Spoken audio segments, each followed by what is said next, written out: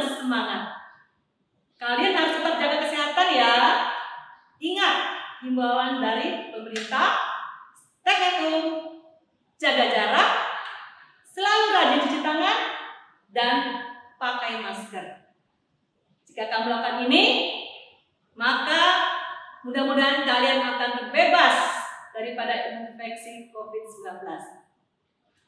Baiklah anak-anak, pada kesempatan ini kita akan belajar biologi, yaitu materi biogeokimia. Ini adalah materi yang diajarkan pada kelas 10. Untuk anak-anak ibu kelas 10 siapkan?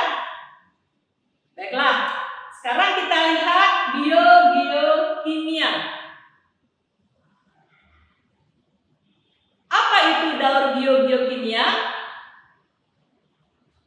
Daur biogeokimia adalah suatu perubahan yang terjadi dan berlangsung terus-menerus antara komponen biotik dan komponen abiotik. Nah, mengapa dinamakan daur biogeokimia? Kita lihat dulu ya sama-sama. Biogeokimia kalau kita pisahkan terdiri dari 3 suku kata: bio, geo, dan kimia. Artinya dalam daur atau siklus ini melibatkan 3 aspek, yaitu aspek biologi, aspek geografi, dan aspek kimia. Dan mengapa dikatakan daur? Karena aliran materi baik dari komponen abiotik ke komponen biotik dan mengalir lagi kembali dari komponen biotik dan ke komponen abiotik. Ini berlangsung terus-menerus sehingga akan membentuk suatu siklus. Maka dinamakan daur. Karena dia melibatkan 3 aspek sehingga dinamakan daur biogeokimia. Ngerti kan? Baiklah, kita akan lanjutkan. Untuk apa sih fungsinya daur biogeokimia ini? Kok harus terjadi di muka bumi ini? Daur biokimia fungsinya adalah menjaga kelangsungan hidup di bumi. Sebab materi hasil daur biogeokimia ini dapat digunakan oleh semua komponen yang ada di bumi, baik itu komponen biotik maupun komponen abiotik. Macam-macam daur biogeokimia. Ada 5 macam daur biogeokimia. Yang pertama, daur karbon dan oksigen. Kemudian, daur hidrologi. Yang ketiga, daur nitrogen. Keempat, daur fosfor. Dan yang kelima adalah daur sulfur. Nah, pada kesempatan kali ini kita akan membahas 2 daur, yaitu daur karbon dan oksigen. Apa itu daur karbon dan oksigen?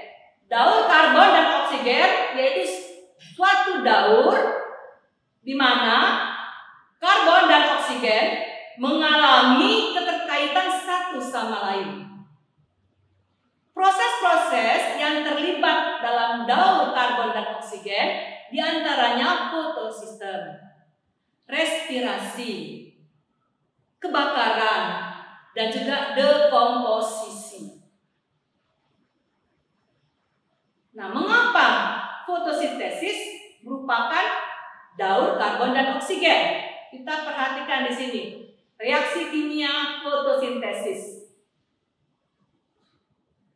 Dari reaksi kimia fotosintesis, di sini kita diperhatikan memerlukan karbon dioksida. Jadi air ditambah karbon dioksida menghasilkan glukosa dan oksigen. Jadi kita ambil 2 komponen penting di dalam daur karbon oksigen, bahwa di dalam proses fotosintesis membutuhkan karbon dioksida. Dan hasil dari fotosintesis adalah oksigen salah satunya.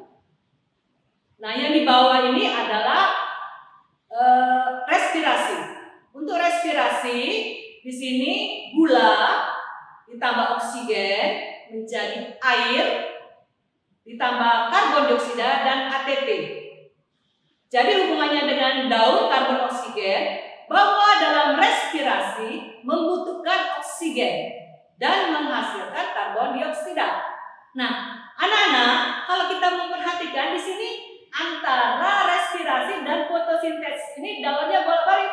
Kalau kita lihat, ya, pada fotosintesis dia butuh karbon dioksida, sedangkan pada respirasi dia menghasilkan karbon dioksida. Nah, kebalikannya, pada fotosintesis dia menghasilkan oksigen, sedangkan pada respirasi dia membutuhkan oksigen. Nah, jelas kan? Baiklah, sekarang kita lihat dulu bagaimana daur karbon dan oksigen. Nah, inilah daur karbon dan oksigen. Kita perhatikan warna biru itu adalah daur oksigen, sedangkan warna merah adalah daur karbon. Kita lihat dulu sekarang daur karbon warna merah. Di sini CO2 yang diserap oleh tumbuhan digunakan untuk proses fotosintesis. Ya. Jadi tumbuhan itu menggunakan CO2 untuk proses fotosintesis. Nah, kemudian tumbuhan ini akan mati. Ketika tumbuhan mati, maka dia akan mengalami proses dekomposisi. Demikian juga hewan, ya, hewan, tumbuhan dan manusia akan mati mengalami proses dekomposisi menjadi bahan bakar fosil. Nah, selanjutnya bahan bakar fosil ini digunakan untuk proses pembakaran menghasilkan karbon dioksida. Nah, karbon dioksida ini juga akan kembali digunakan oleh tumbuhan. Sedangkan untuk yang daur oksigen berwarna biru, di sini hasil daripada proses fotosintesis adalah oksigen. Oksigen ini akan digunakan oleh manusia dan hewan untuk proses respirasi. Hasil dari proses respirasi adalah karbon dioksida. Karbon dioksida yang dihasilkan dari respirasi makhluk hidup ditambah dengan karbon dioksida yang dihasilkan dari proses pembakaran senyawa karbon ini akan dilepaskan ke atmosfer. Dan karbon dioksida ini akan kembali digunakan oleh tumbuhan untuk proses fotosintesis. Jadi kalau kita perhatikan di sini dia merupakan suatu siklus atau daur. Tumbuhan dia menggunakan karbon dioksida melepaskan oksigen. Oksigen akan digunakan oleh manusia dan hewan. Dan kemudian hasil dari respirasi ini akan menghasilkan karbon dioksida. Karbon dioksida akan digunakan kembali oleh tumbuhan. Ya, kemudian tumbuhan, hewan dan manusia akan mati. Ketika dia mati akan diubah menjadi senyawa karbon. Nah, senyawa karbon ini mengalami dekomposisi. Ya, kemudian menjadi bahan bakar yang menghasilkan karbon dioksida. Jadi ini adalah suatu siklus. Ya, baik dari biotik ke abiotik atau dari abiotik kembali ke biotik. Dari tumbuhan ke biotik tumbuhan, dia ke abiotik bahan bakar fosil. Kemudian digunakan untuk pembakaran, hasil CO2 dipakai lagi oleh tumbuhan ke abiotik lagi. Dan ini berlangsung terus-menerus sehingga membentuk suatu siklus yang dinamakan dengan daur. Makanya dikatakan daur karbon oksigen. Jelaskan anak-anakku? Ya, Ibu berharap kalian sudah mengerti tentang daur karbon oksigen. Nah, berikutnya kita akan membahas tentang daur hidrologi.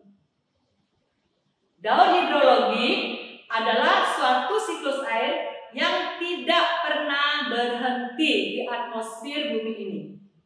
Ya. Jadi dari atmosfer ke bumi kembali ke atmosfer melalui suatu proses kondensasi, presipitasi, evaporasi, dan transpirasi.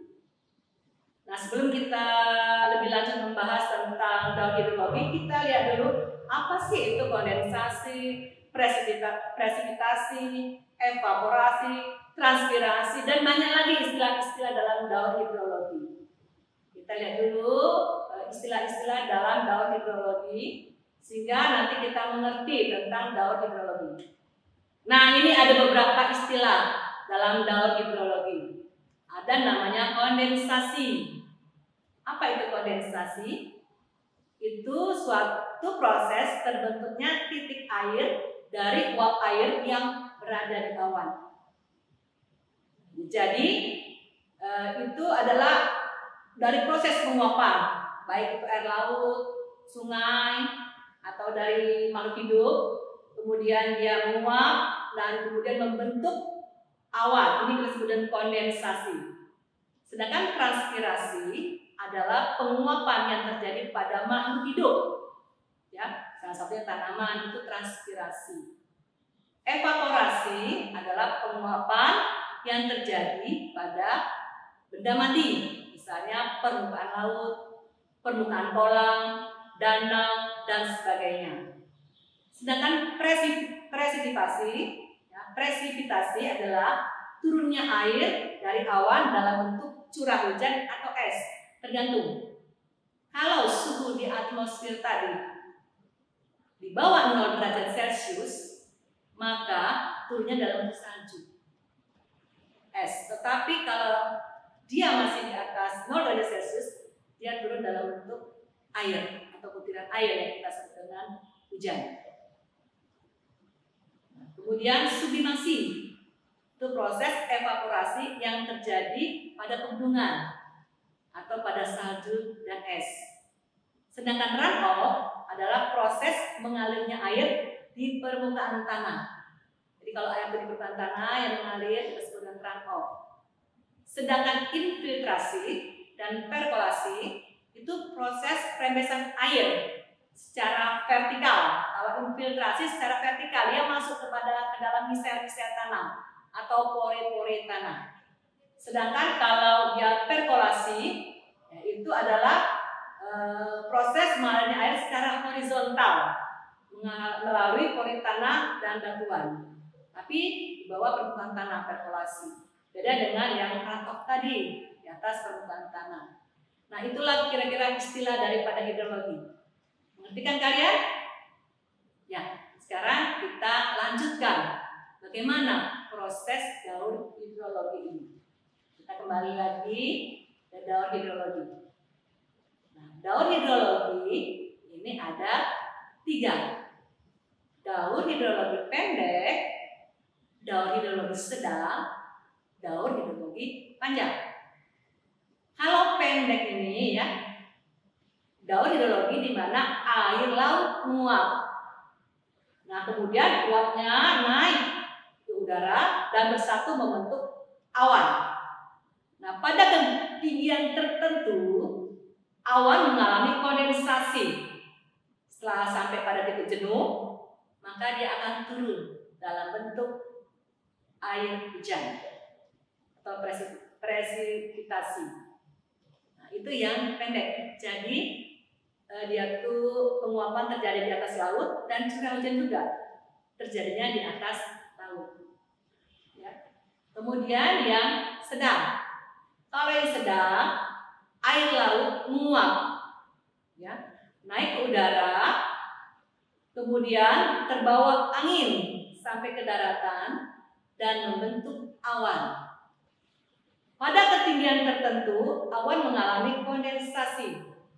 Dan ketika pada titik jenuh, maka dia akan turun dalam bentuk hujan di daratan. Ya, jadi uap air tadi sempat dibawa oleh angin, ya, sampai ke daratan. Nah, kemudian dia mengalami kondensasi. Sudah pada titik jenuhnya, dia akan turun dalam bentuk hujan. Itu yang sedang. Sedangkan kalau yang panjang, ya, uap air yang berasal dari evaporasi, dari transpirasi itu akan naik ke udara dan bersatu membentuk awan.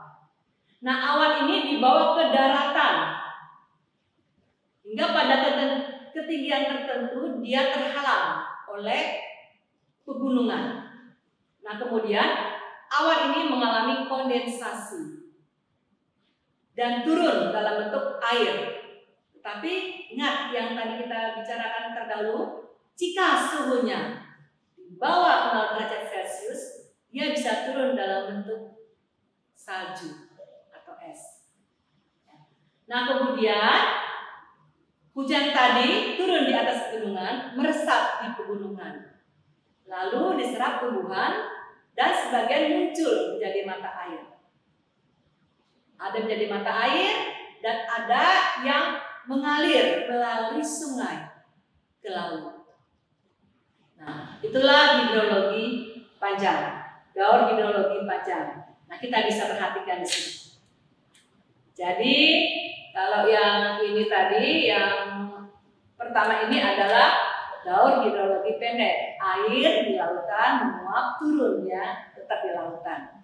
Yang kedua adalah yang ini adalah hidrologi sedang.